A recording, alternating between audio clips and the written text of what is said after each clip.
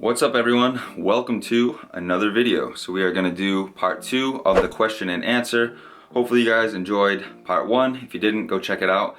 And yeah, let's just get right into it. Favorite trick? I'd have to say my favorite trick is probably the 360 flip. There's just something about it. It just looks magical. I don't know. The 360 flip is super fun and it's just a badass looking trick. How tall are you? I am 5 foot 11 inches. How often do you cycle off pre-workout supplements? I started using it and noticed a huge difference in training, but I am afraid I'll get too hooked on it. Now, pre-workouts are amazing. They can really help you with your strength and just give you more energy. It's just like caffeine. It just stimulates the central nervous system, makes you a bit stronger. I am definitely stronger when I do take some pre-workout before I train. I'm definitely stronger when I do take pre-workout before I train. And the pre-workout I use is P3 by High Performance Nutrition. And of course, you know, whoever's with the supplement company, they're gonna say that product is the absolute best. But P3 is an amazing supplement. It has caffeine, creatine, beta-alanine, BCAAs, citrulline malate. It's an amazing product. It only has 100 milligrams of caffeine per full scoop, and I only take half a scoop. So to go back to the question about worrying about taking pre-workouts too much, I recommend only taking them when you need them. I personally take half a scoop of P3 before I train every single time. I'm only training 4 days per week. You know, that's not a lot of stimulant on the body. And then, you know, I'm resting 3 days per week, so it's giving my body a little bit of a break. And so when you're overusing pre-workouts or coffee or caffeine or whatever, it stimulates the adrenals to pump out more adrenaline. And so if you're overworking the adrenals, giving it tons of pre-workout, coffee, caffeine or whatever, then your adrenals aren't going to be able to fully recover and heal, and they'll be overworked and basically burnt out, and then you'll end up with adrenal fatigue. If you kind of just cycle your pre-workouts to where maybe every other workout use them, or say if you really want to increase your squat and that's what your main focus is on increasing and progressing on, then definitely use the pre-workouts on those days. Have you or would you ever try powerlifting? Explain either what you thought of or why you would do it or why you wouldn't compared to bodybuilding. Now, I pretty much do powerlifting. You know, I do train all the main compound movements. Powerlifting is basically the squat, the bench press, and the deadlift. So I pretty much already do a form of powerlifting, but to actually specifically train for powerlifting and to be maxing out like that all the time, it's very fatiguing on the central nervous system and the body. So in terms of becoming an actual power lifter, maybe I will compete one of these days, but I personally like doing the strength training that I do mixed with some bodybuilding exercises as well. And like what I spoke about in the last question and answer, to where I'll be kind of backing down on the heavy strength training and I'll be skating a lot more. I just really want to have a better lifestyle of just lifting and skating. All of last year and pretty much all of the last couple of years, I was just mainly focusing on strength training. I'm gonna be skating a lot more, so I'm gonna really balance the two. How often do you train abs? Can you overtrain them? Now, my abs get worked pretty much every time I train. When you're using the main compound lifts, like I just spoke about, the squat, bench press, the deadlift, the dip, the chin up, you know, you're basically using your full body and engaging your core. You're basically working your abs while training those exercises. But you can pretty much train your abs every day pretty much. You know, they're a small muscle group and, you know, they can recover pretty quickly. Maybe you just train them every other day. So I don't specifically have an actual ab day, but on my lower body days, I do at least one ab exercise at the end of each workout. Not to be disrespectful or push to ask you a question you don't want to answer, but do you or have you ever taken testosterone or steroids? No, I do not take any testosterone or steroids, but what I do take is thyroid hormone, and like any type of endogenous hormone, you don't want to play with your body's natural production. I personally have to take thyroid hormone because I have a condition which is Hashimoto's and hypothyroid, so my body does not produce the hormone. I highly recommend that you guys do not take anything that modulates your hormones, whether it be testosterone, steroids, or thyroid hormone. Your endocrine system is a very tricky system. If you put something endogenous into your body, it can throw off your whole other hormones. It can cause a whole cascade of hormonal imbalances. So only take what you have to take if it's prescribed by a doctor. And if you guys really want to increase your testosterone, definitely check out the video I made on how to increase your testosterone naturally. It'll definitely help you out. Where do you see yourself in 5 years? Life in general. In 5 years, I really see myself being a lot more successful than I am now, being a lot more bigger in terms of having a bigger audience, a bigger following. It's really a passion of mine to help a lot of people and to show people the way I do things in my life in the terms of dieting, training, just even lifestyle in general. A lot of people don't really know what to do in terms of working out, out what foods to eat, or just have trouble with what they do general day to day. I basically have this YouTube channel to show people what I do and my life experiences and how I've overcome my struggles, and to basically just try to help as many people as I can. Within 5 years, I definitely see myself being a lot more successful and just trying to help a lot more people. I want legs and glutes like you. Perfection, I need to know how often do you work them out? I train legs twice per week, always using like a main compound movement like the squat or the front squat or the deadlift, Romanian deadlift, lunges. I'll do some accessory work here and there. The lying leg curl is definitely my bread and butter move for the hamstring. And skateboarding, skateboarding really does work your legs, and sprints as well. Sprints are very effective for building muscle tissue as well as for fat loss. Sprints are definitely an amazing exercise and cardio workout. Joey Leach, what's up Joey? When's the Camaro coming back? Yeah, I haven't raced the Camaro in forever. It's been super long, but hopefully maybe even this year if I have some time and I'm on the East Coast, I'd definitely like to bring it back to the track and race it.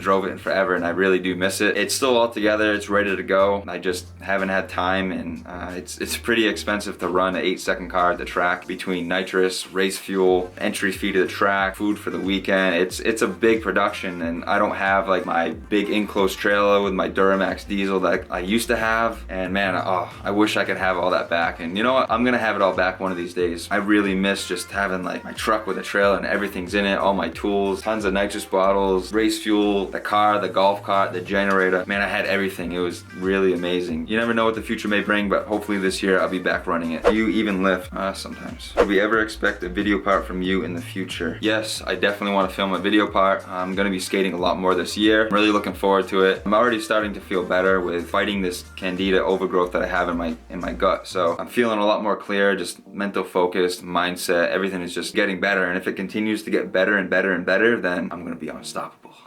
How many skating related injuries have you had, if any? In terms of like skating injuries, I never had anything real serious. I've had like sprained wrists, sprained ankles, swell bows. I did actually break my scaphoid. This was like years ago. I fell backwards and put my wrist back. My whole arm turned like purple and like black and blue, and I broke the scaphoid bone. So the scaphoid bone is a little bone in your wrist, and I never had the surgery to have it fixed. Typically when you do break your scaphoid, you have to have a screw put in because the bone is very tiny and it doesn't get a lot of blood flow to heal itself. So they usually put a screw in it so it mends together. So this thing is still broken. That's why this forearm is bigger than this one, just because of my grip strength is a lot stronger on my right hand. But yeah, nothing really major, just like bumps and bruises. From beast skater to beast body, respect for your choices in life. Thank you, I really appreciate that. What was your favorite thing to do as a child? I think my favorite thing was just being so active. When I was younger, I played sports. I played football, I played baseball, I was like made MVP. I used to pitch as a baseball player, and I used to be running back as a football player. So I was really into just being active, basically being an athlete. But then once I discovered skateboarding, everything changed. Everything went out the window. I was playing football and I just completely stopped playing football because I found this love for skateboarding and I just wanted to be the best at it. And so like I skated and skated and skating, and I still remember to this day, like every single day after school I would just be waiting